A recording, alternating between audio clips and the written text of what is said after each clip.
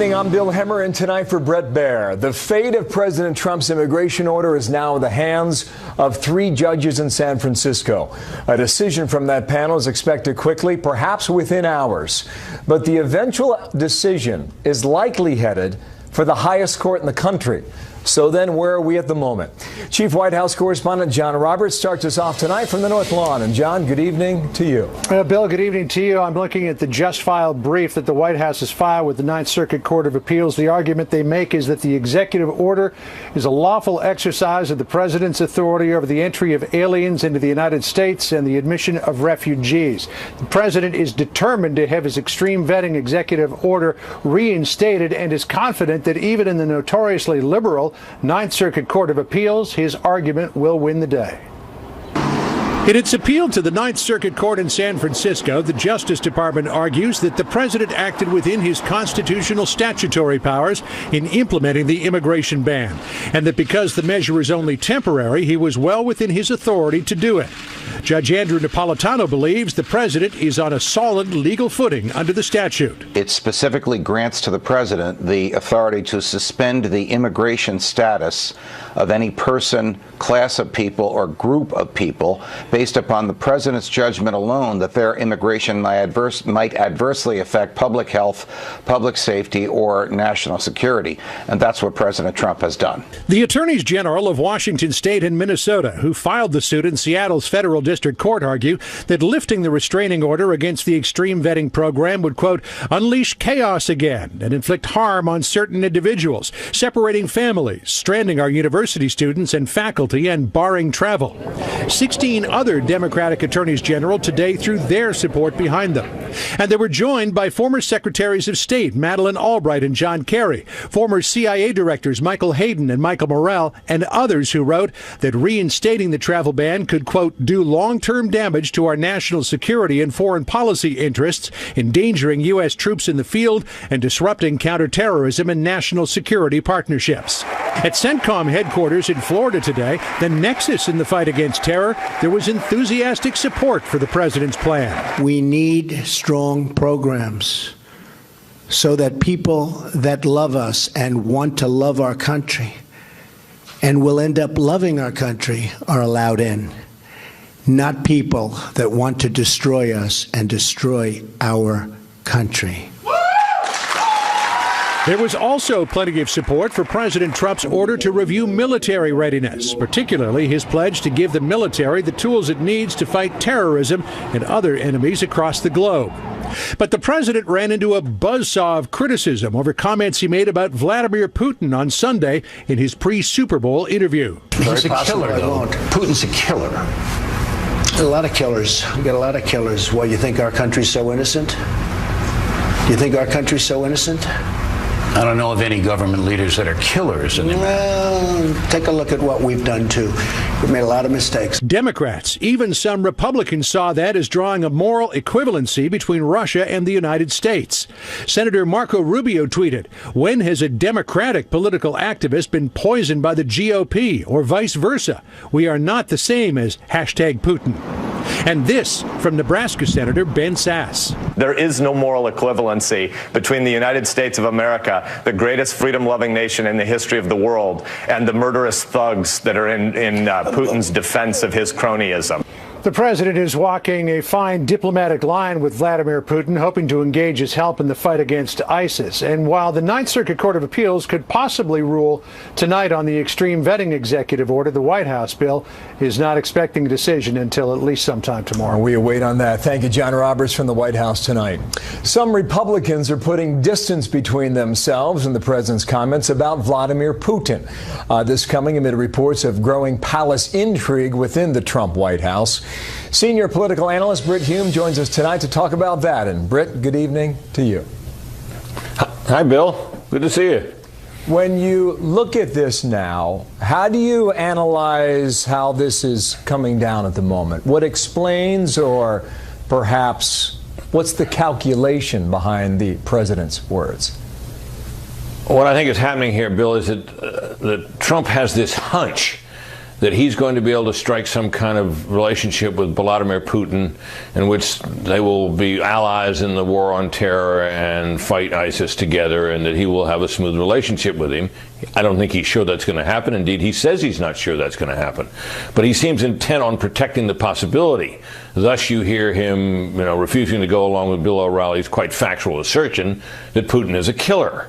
In the meantime, though, this is a wonderful example, Bill, of the striking distance between what Trump says and what he and the people around him do. Trump says this silly thing about Putin in which he seems to create a moral equivalence between the Putin regime and our government. And then, in the meantime, however, just a few days ago, Nikki Haley, in her first speech as our UN ambassador, attacks the Russians and makes it very clear that the United States policy, as far as she's concerned, is opposed to what he did in Crimea and elsewhere.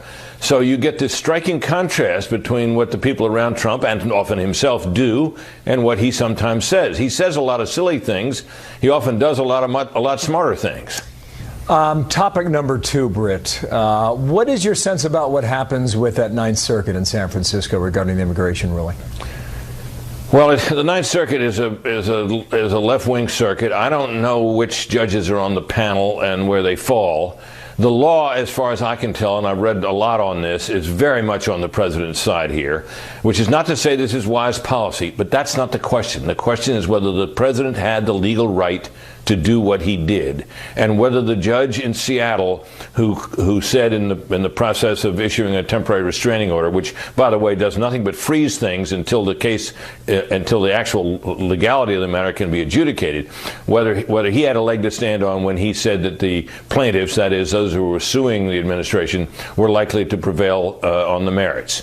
He didn't really argue why they were going to win on the merits, and I don't think he could have, because I think the chances of a victory by the plaintiffs on the merits are very remote. So I think the administration has a strong case. Whether the Ninth Circuit is likely to uphold it remains to be seen, because the Ninth Circuit is the most reverse circuit of all, and you can never tell what they're going to do out there. Let's see what happens tonight or tomorrow, based on John Roberts reporting a moment ago. Third topic, Britt. There was a story today in the New York Times that the president is kicked to the side, suggesting a lot of palace intrigue on the inside. Sean Spicer was asked about this on board Air Force One just about 2 hours ago when he said this. That story was so riddled with inaccuracies and lies that they owe the president an apology for the way that thing was. There were just literally blatant factual errors, and it's unacceptable to see that kind of reporting, or so-called reporting.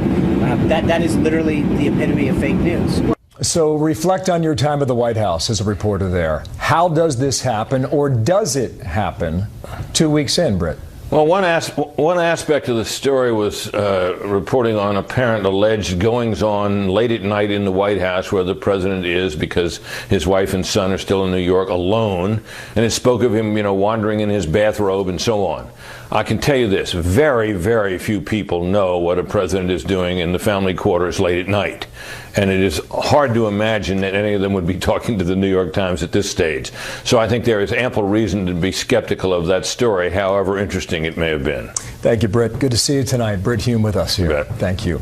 Meanwhile, the president telling Bill O'Reilly it could be 2018 before his Obamacare replacement law is ready. Chief Washington correspondent James Rosen tells us how that sits with congressional Republicans tonight.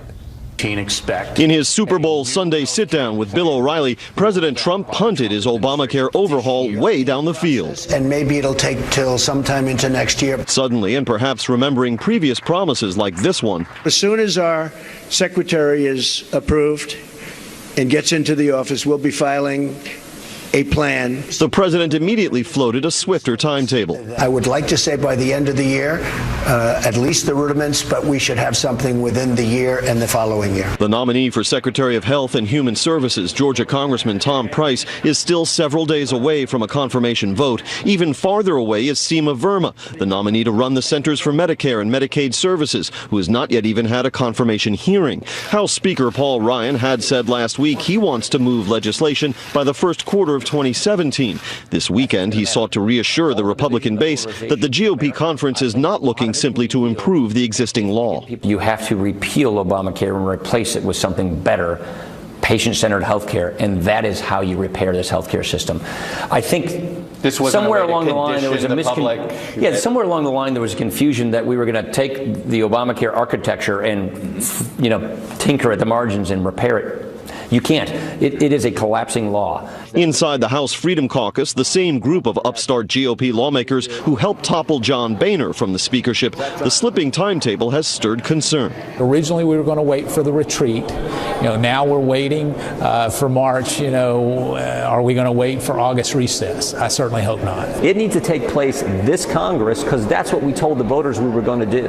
At a recent subcommittee hearing, House Democrats ridiculed their Republican colleagues for blasting Obamacare for 7 years without having their own system ready to go now. Every day their timeline changes, and all they've successfully done so far is create chaos and uncertainty among patients and insurance companies. An aide to Speaker Ryan told Fox News that notwithstanding what Mr. Trump told Bill O'Reilly, congressional Republicans are still working toward the objective of having something signed into law by the end of the spring. Bill. We will watch it. James, good to see you tonight. James Rosen here in Washington. If you watch a lot of TV or spend any time online, you already know there is stern opposition to President Trump. Fox News media analyst and the host of Media Buzz, Howard Kurtz, here with a report from the virtual battlefield going on in America tonight. Howie, good evening to you. Good evening, Bill. Here in Washington, Vanity Fair and the New Yorker have canceled their big parties for the Washington Correspondents' Dinner, which hits around April usually. Is that a big deal? Not unless you're on the guest list, but it is symbolic of a journalistic disdain for President Trump. Now, Vanity Fair editor Graydon Carter, who started sponsoring these glittery bashes in Barack Obama's first year, now says he's going fishing instead. Washington Post columnist says the Correspondents' Dinner itself, which has drawn flack for being too celebrity-obsessed, should be scrapped because of Trump. Now, all that sends a message that journalists can't treat this president like other presidents. Plus, liberal comedian Samantha Bee, coming to town, she'll be staging a counter-event that same night. Oh, wow. Is this spreading to other institutions? It's getting hard to keep up. In New York, the Museum of Modern Art protesting Trump's temporary travel ban by taking down paintings by the likes of Matisse and Picasso and instead putting up works by artists from some of the predominantly Muslim countries affected by this policy. And this tends to generate positive coverage. The New York Times headline, Museum of Modern Art takes a stand. Wow. What about the business world? Any movement away from the president there, Howard? Away from the president and his family. So we have the fashionistas leading the way. Nordstrom's is pulling the Ivanka Trump clothing line. Neiman Marcus stopped selling Ivanka's jewelry on its website. Now, they may point to sluggish sales, but the timing doesn't seem coincidental. Uber faced a boycott threat until its CVO resigned under pressure from Trump's Economic Advisory Council. And, of course, no Hollywood award show is complete these days without celebrities taking a shot at the president, a la Meryl Streep. And, Bill, some sports writers denounced Tom Brady over his friendship with President Trump, which got lots of pregame coverage. Here's USA Today columnist saying Tom Brady no longer gets a pass on his friendship with Donald Trump. Brady is giving tacit endorsement to both Trump and the chaos he has created. Really, the man throws footballs for a living. If you watched him in the fourth quarter and overtime last night, he didn't let this stuff distract him. What do you think in the bigger picture? What does this add up to? I think it's starting to add up to a full-fledged culture war against President Trump, kind of a collective thumb in the eye against the new president. Now, obviously, this plays to the liberal crowd in the arts, entertainment, and the media, but it runs the risk, I think, of alienating millions of Americans who happen to have different political views. Wow, and it's early, right? 2 weeks in. Thank you, Howard. Good to see you. Howard Kurtz here. The vice president says he is confident the nominee for Education Secretary will be confirmed by the Senate tomorrow. And as of now, Mike Pence has a unique role in the fate of Betsy DeVos. Chief Congressional Correspondent Mike Emanuel has the update tonight from Capitol Hill.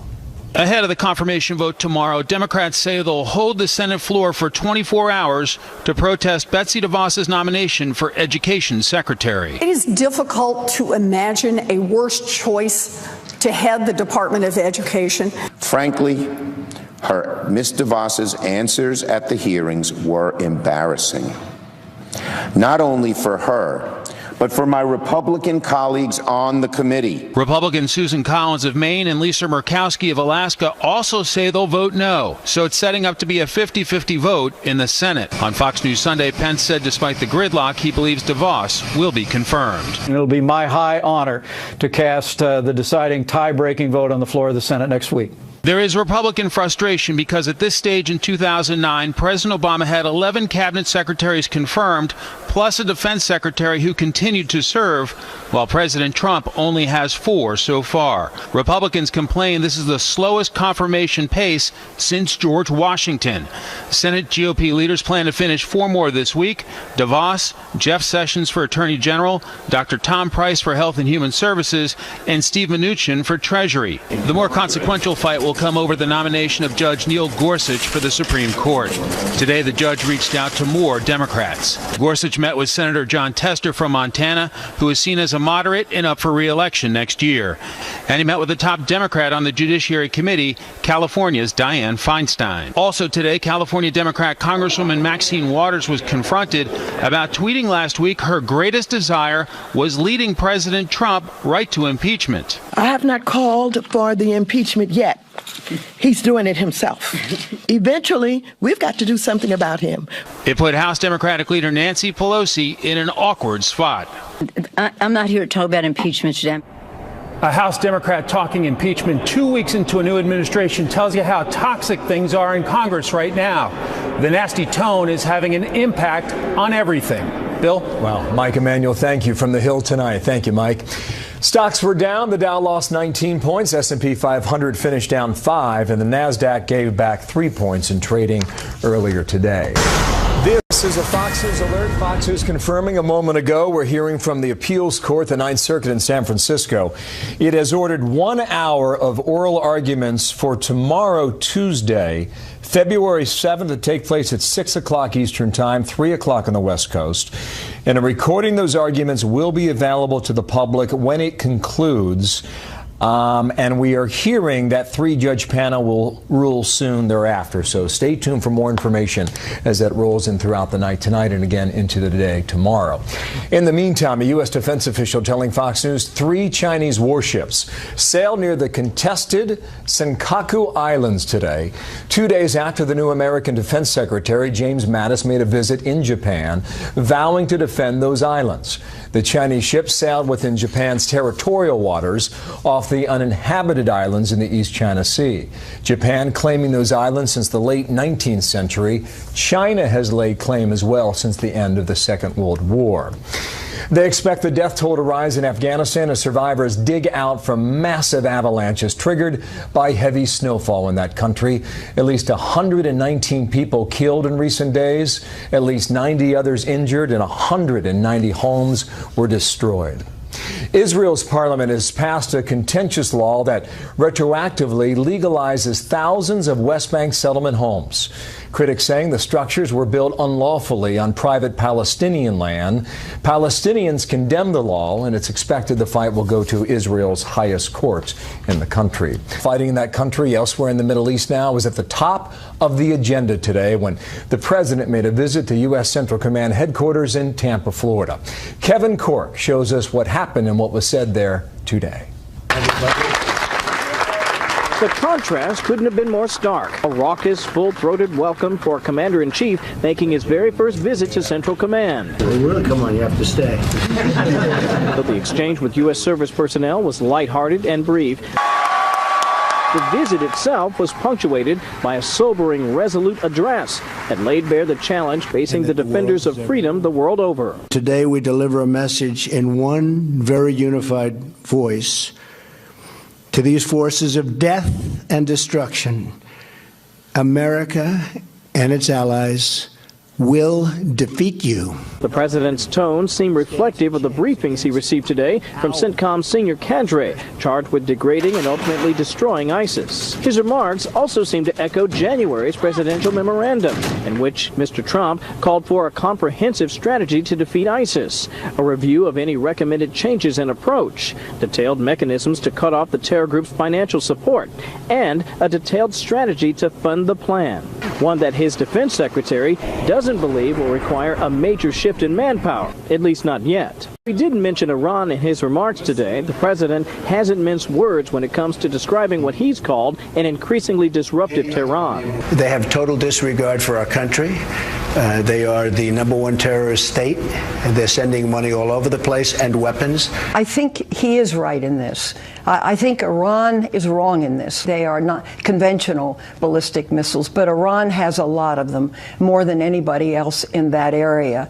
And the need to test right now, I think, is very dangerous. The president maintained his support for NATO in his comments today, though he reiterated that member nations need to do their fair share if the existing arrangement is to work. Traveling with the president in Tampa, Florida, Kevin Corke, Fox News. More deaths in Chicago this weekend. 2 15-year-old boys shot and killed on that city's south side. This is the type of violence that has been repeated over and over in the Windy City. As many debate what to do there about it, a new study suggesting that city leaders and the ACLU might be the ones to blame. Correspondent Matt Finn explains that tonight in Chicago. Chicago's carnage and murder isn't slowing down in 2017. 51 people were killed last month, an increase from January 2016. I'm tired of doing funerals. I'm tired of seeing mothers standing over children. Police say they could fix the crime if they weren't drowning in politics. Politics is a cancer to good policing, and we're seeing the results right now. Former police superintendent Gary McCarthy says he was thrown, quote, under the political bus and fired by Mayor Rahm Emanuel. The mayor initially backed police over this controversial shooting video, but flipped his position after it was released. McCarthy's time as the top cop was not without blemish, but he is credited with significantly reducing crime. McCarthy and the Fraternal Order of Police president, in part, blame the spike in murders on the city's exclusive 2015 agreement with the ACLU. ACLU research concluded CPD was grossly overstopping minorities. Most of us never saw this, never saw the experiences of black Chicagoans around stop and frisk, but it was harmful to the community. Officers are now required to document the details of every single stop so it can be compiled by the ACLU. The timing does fit. New research from the University of Chicago's crime lab suggests as the ACLU paperwork was rolled out in 2016, police stops plummeted by over 80%, according to police, and crime spiked. It's the amount of above and beyond type of activity that officers were engaged in that we may not see at that same level ever again. Hovering over all of this, a Department of Justice investigation into the CPD that painted the department as racist and in need of better training and oversight. McCarthy says the DOJ report was politically motivated, and he wasn't contacted about the department he ran for years. Attempts were made to reach former Superintendent McCarthy, but he was not available. You can't tell me they couldn't find me, man. How much trouble did you have finding me? So that's just simply a lie. President Trump has not indicated whether he will enforce that DOJ investigation that was done under the Obama administration.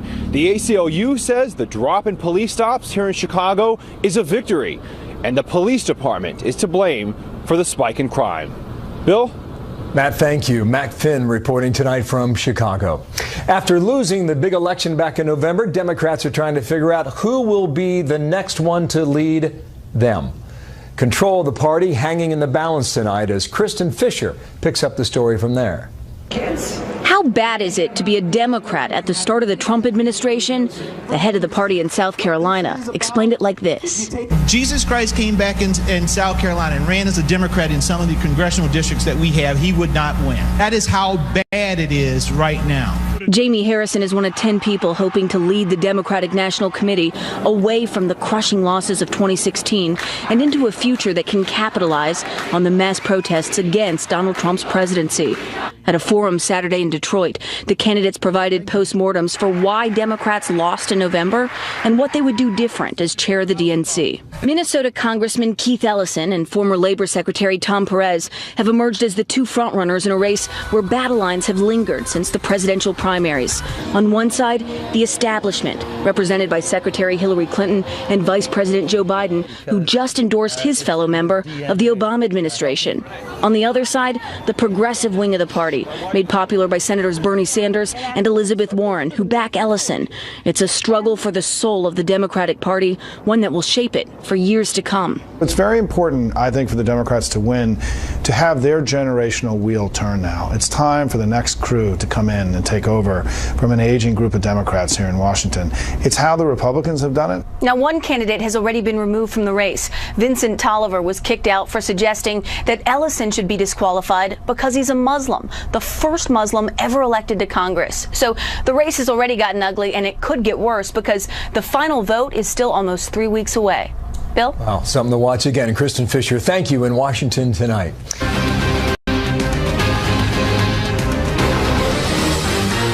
I think it was very smooth. He had 109 people out of hundreds of thousands of travelers, and all we did was vet those people very, very carefully. Do you respect Putin? I do respect him. Do you? Why? Well, I respect a lot of people, but that doesn't mean I'm going to get along with him. He's a killer, though. Putin's a killer. A lot of killers. We got a lot of killers. Why, you think our country's so innocent? Do you think our country's so innocent? So you're not real bullish on Iran at this point? No, I'm not bullish. I think they have total disrespect for our country. And I understand that deal, I would have lived with it if they said, okay, we're all together now. But it was just the opposite. It's like they're emboldened. Where they follow our planes, they circle our ships with their little boats. There is a lot to talk about from that interview. I want to bring in the panel right now, Jonah Goldberg, senior editor, National Review, Mercedes Schlapp, columnist for the Washington Times, Susan Page, Washington bureau chief at USA Today, and syndicated columnist Charles Krauthammer. And good evening to all of you. No lawyers at this table. That might be a first. You know, oral arguments happen tomorrow afternoon. What happens? Oh, it really depends on which judges are doing it. I don't know who they are. It's a very left of center circuit, has always been.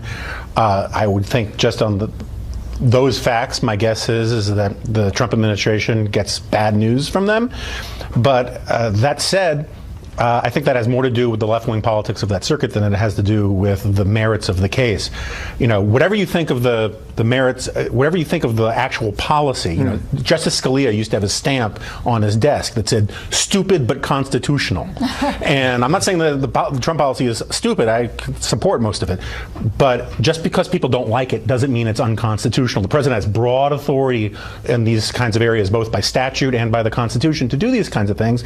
And my guess is if it goes to the Supreme Court, which it would if it goes that way, it would ultimately end up in Trump's favor. Is he within his bounds, let's say? If you go back to 1952, the Immigration Act clearly gave the president authority when it comes to national security and who comes in and who does not. Right. Well, and that's the case that Donald Trump and his team is pushing forward, which is the fact that, yes, it is constitutional. And also, not only that, but Congress has given the president broad authority in terms of determining who can and who cannot come into this country. There's the U.S. Code, everyone's been talking about it, 1182, saying if it's detrimental to the interest of the United States, they should not allow the entry of foreign nationals or aliens to come into America. So I think, Bill, it really brings up this broader question, which I do think they have a strong legal argument, but I think the politics involved, and you talked about the Supreme Court, think about it, 4-4, if it ends up at a 4-4, because we don't have Gorsuch confirmed, you're going to have the appeals court have that decision and it won't be overruled. Let me allow Mike Pence from Sunday, Susan, I'll come to you on this, from the Sunday shows, talking about this order here. Watch here. Every president has a right to be critical of the other branches of the federal government. We don't appoint judges to our district courts to conduct foreign policy or to make decisions about our national security. He's making that case too, Susan. If it does indeed, as Jonah points out, if it goes to the U.S. Supreme Court, this could take months in a 4-4 court. For now, at some point, maybe Gorsuch is approved. Perhaps that takes longer than some expect. Is there a mechanism by which you can say Yemen, Syria, Libya are failed states, and the U.S. president should have some measure of authority to determine who comes from those states into the United States? In other words, can you do a questionnaire of sorts that would enact more vetting? Perhaps not extreme, but more vetting. Well, yes. I mean, the United States can set policies that govern immigration, including tough questioning, not just of people from, of people who Americans or the American authorities think could be a threat. Although there is a 1965 law that says you can't discriminate in immigration on basis of national origin. So that may make it somewhat more complicated. Although it's certainly true that the Constitution and statutes give broad authority to the president in this area. I think there is some, on Pence's point, saying that the president's within his rights to be critical of the other branches of government. That's certainly true. That was true also for Barack Obama. You know, the court decision from the Ninth Circuit cited the immigration decision that limited the President Obama's ability to change immigration law by executive authority. So this is a frustration that he is not the first president to feel. What's the outcome, and how long does it take?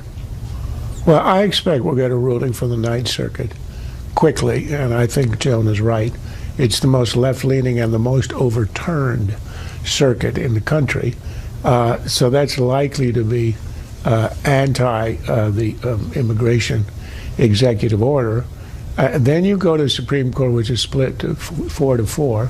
If it remains so, then the Circuit Court ruling stands. Now, there's one in the First Circuit, which is contradictory, so that actually will create problems. You're going to have two circuits and no way to adjudicate it.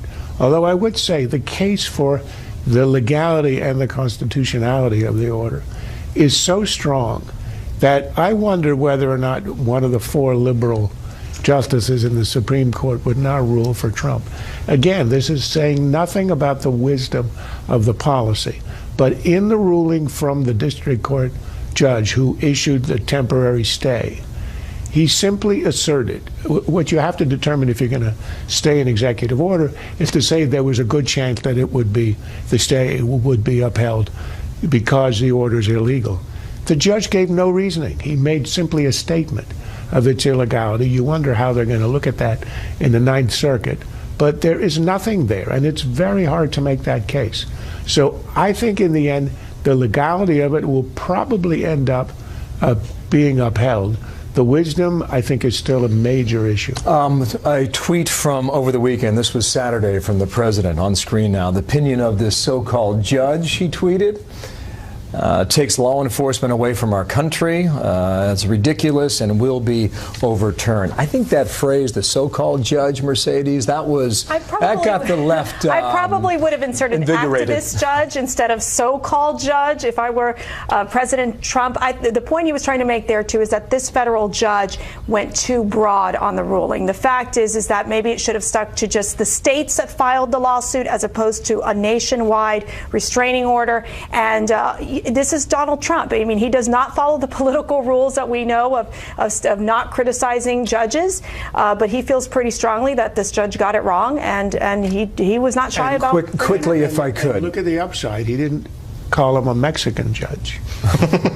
There's that. Charles. Jonah, what is the calculation when answering questions about Vladimir Putin on behalf of President Trump? I am not sure that there is one. I will be on record. I think that what he said about Putin was indefensible. What he said about the United States of America was indefensible. It was wrong on the merits. He's said this several times before, similar things, where he denigrates the United States of America, throws America under the bus to defend tyrants like Erdogan in Turkey, like the butchers of Beijing, and like Vladimir Putin.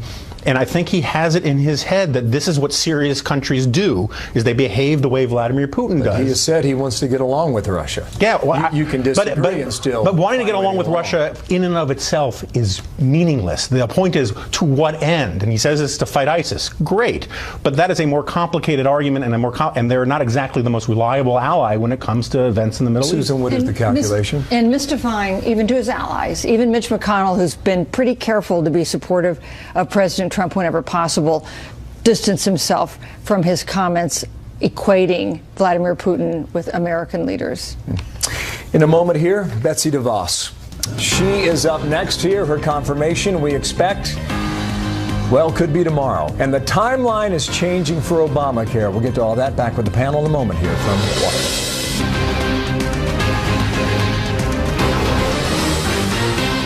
first thing we're going to do is repeal and replace Obamacare. Immediately, within the first 100 days of my administration. If we waited 2 years, it's going to explode like you've never seen an explosion. So this is a 200-day plan. There's nobody talking about pushing this into 2018. By the end of the year, at least the rudiments, but we should have something within the year and the following year. Well, that was a span of 4 months, starting on the 5th of October until Bill O'Reilly's interview that was recorded on Friday afternoon at the White House.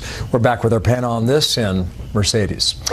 Is the calendar shifting beneath their feet? Well, welcome to the world of governing. I think for Donald Trump, it's starting to settle in, the reality of it, the fact that it takes time to move forward on legislation. My sources are telling me that they're going to look into a time frame of about March, April in pushing forward, and whether it be a bill. Obviously, you could do 60% of repealing Obamacare and budget reconciliation, so they'll be focusing on that as well. And that means if you're introducing bills March, April, you're really not going to finish by basically July or August. So I think that the Republicans, and most of them, some conservatives are feeling a little different there. They want to take it slow in the sense of ensuring that they get the right plan. At the same time, it's full steam ahead. They're starting to hold hearings. They know they want to move on this quickly. Yes. So they started the hearings in the House this week. They're looking to start hearings in the Senate next week. So they understand that they have to get this right, and it might take some time. There are, as you well know, there are competing factions within the party, and they are significant. Charles, what is the danger of not getting it done? Well, there's also the danger of getting it done. Not getting it done is a catastrophe because you ran against it for 7 years and you promised you would do it, and that would be the ultimate betrayal of the electorate.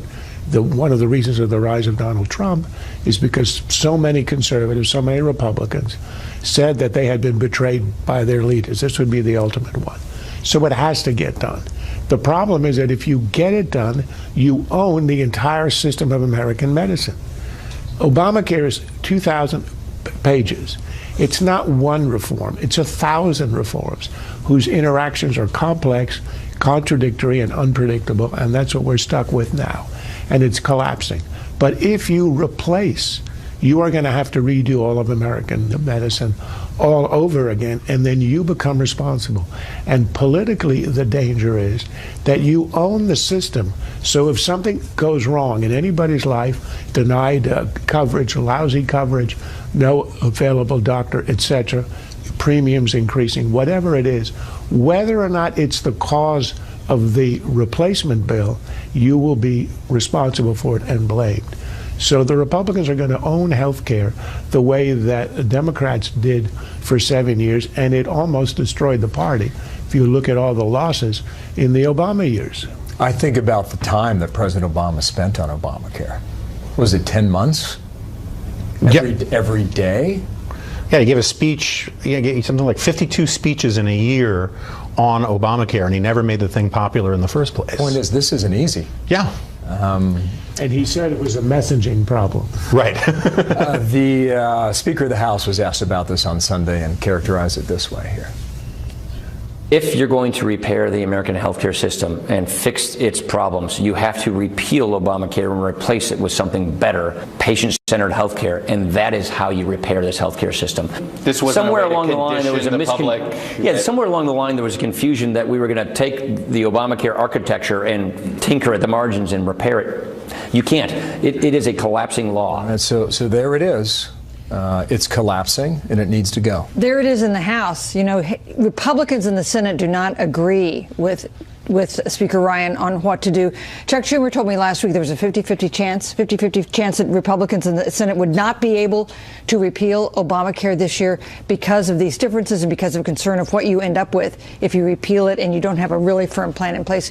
There is no consensus in the GOP now about what would replace it. All right, he said there was confusion, and apparently he was trying to clear up that confusion. Quickly now, Betsy DeVos. There may be a very unique situation tomorrow where the Vice President, Mike Pence, may be called into the floor of the Senate to cast the deciding vote on her nomination. This is how he characterized it on Sunday.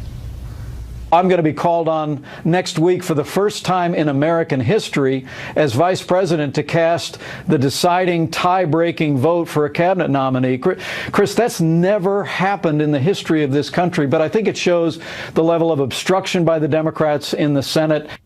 Here's the problem. 2 Republican senators said they won't vote for her. So they're right on the margin at 50-50. Does she get confirmed? She will get confirmed. I don't believe any other GOP senators will not support Betsy DeVos. I think Betsy will be confirmed definitely as Department of Education Secretary. Do you disagree with that? No, I think that's right. It's one thing to do what I think is a very ill-conceived protest vote, which is what the 2 Republicans did, and be the 3rd Republican who's actually the one responsible for destroying the nomination.